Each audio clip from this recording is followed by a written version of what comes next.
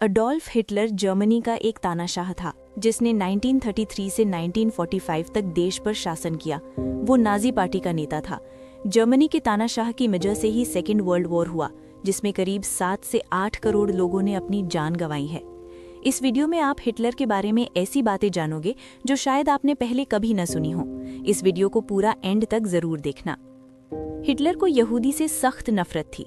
वो यहूदी को अपवित्र मानता था और कहता था कि जो भी गलत होता है इन यहूदियों की वजह से ही होता है। इसी नफरत के चलते उसने 60 लाख यहूदियों को मौत के घाट उतार दिया। यहूदी पर इतना जुल्म उठाने वाले तानाशाह अडोल्फ हिटलर का पहला प्यार एक यहूदी लड़की ही थी, लेकिन उस वक्त हिटलर में इतनी हिम्मत भी नहीं थी कि वो अपने प्यार का इजहार कर सके। वो इंसान जिसे सारी दुनिया कांपती थी, उसमें इतनी भी हिम्मत नहीं थी कि वो लड़की से बात कर पाए।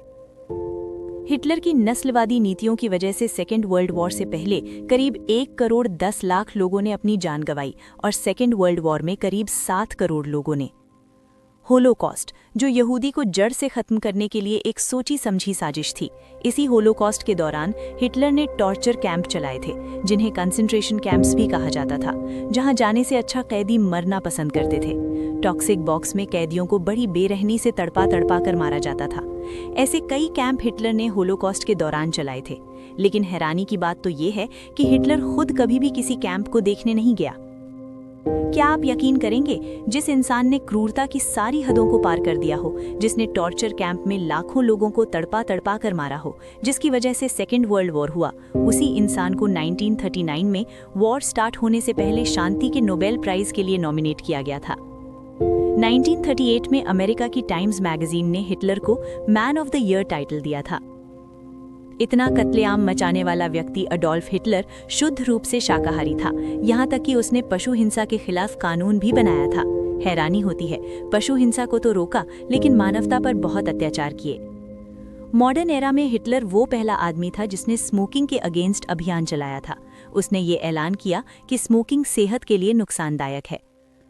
शायद आपको जानकर हैरानी हो, इंसानियत की धज्जियां उड़ाने वाला, असंख्य लोगों की हत्या करने वाला व्यक्ति हिटलर आस्तिक था। वो भगवान में बहुत विश्वास रखता था। हिटलर एक शानदार वक्ता था। वो भड़काऊ भाषण देता था और उसे लोगों को भड़काने में बड़ा मजा आता था।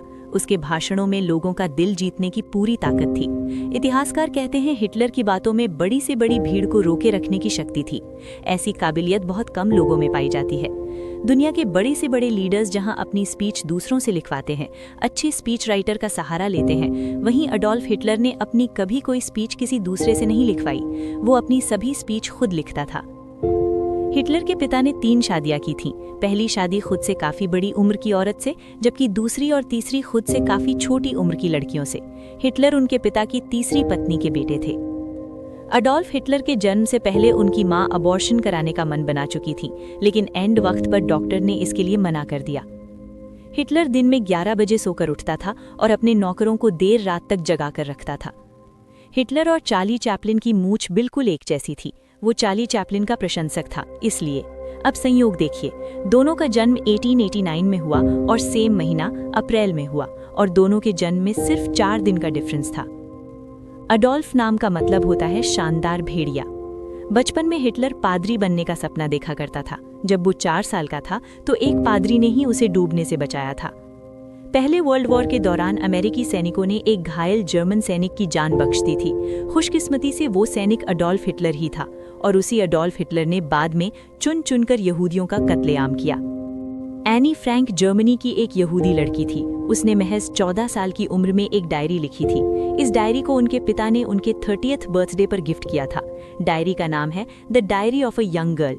ये आज भी दुनिया में सबसे ज्यादा बिकने वाली किताबों में से एक है। डायरी को पढ़कर हिटलर के अत्याचारों को बेहद करीब से महसूस किया जा सकता है। दुनिया को खौफ की आंधी में धकेलने वाला व्यक्ति अडोल्फ हिटलर खुद भी हर वक्त मौत के खौफ में जीता था। उसे शक था कि उसके खाने में जहर मिलाया जा सकता है। इसी वजह से उसने अपने लिए फूड टेस्टर को नौकरी पर रखा हुआ था। ये फूड टेस्टर हिटलर के खाने को टेस्ट करते थे और फिर उसे हिटलर को दिया जाता था।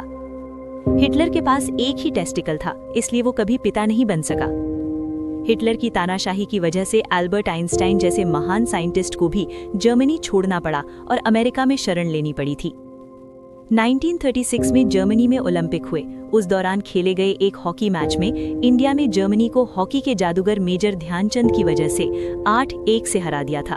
उस मैच को हिटलर भी देख रहा था। हिटलर ध्यानचंद से बेहद प्रभावित हुआ। उसने ध्यानचंद को जर्मनी की तरफ से खेलने का ऑफर दिया, जिसको मेजर ध्यानचंद ने हंसते हुए ठुकरा दिया। अलेक्जेंडर द ग्रेट, जिसे सिकंदर महान भी कहते हैं, नेपोलियन और हिटलर, इन तीनों में एक चीज कॉमन थी, इन्हें बिल्लियों से बहुत डर लगता था। हिटलर ने अपनी आत्मकथा मीन कम्फ में भारत और भारतवासियों के खिलाफ बहुत सी गलत बातें लिखी थीं। जब नेताजी सुभाष चंद्र बोस से उसकी मुलाकात हुई तो नेताजी ने इस बात को लेकर नाराजगी जाहिर की। तब हिटलर बेहद शर्मिंदा हुआ और उसने वादा किया कि वो उन बातों को अपनी बुक से हटा देगा। हिटलर का मानना था कि या तो जर्मनी दुनिया का सबसे शक्तिशाली देश होगा या जर्मनी रहेगा ही नहीं। अगर सेकेंड वर्ल्ड वॉर में जर्मनी हारता नहीं तो हिटलर ने परमाणु बम लगभग बना लिए थे। ऐसा माना जाता है कि जब रूस ने बर्लिन पर अटैक किया तो हिटलर ने 30 अप्रैल 1945 को सुसाइड कर ली थी।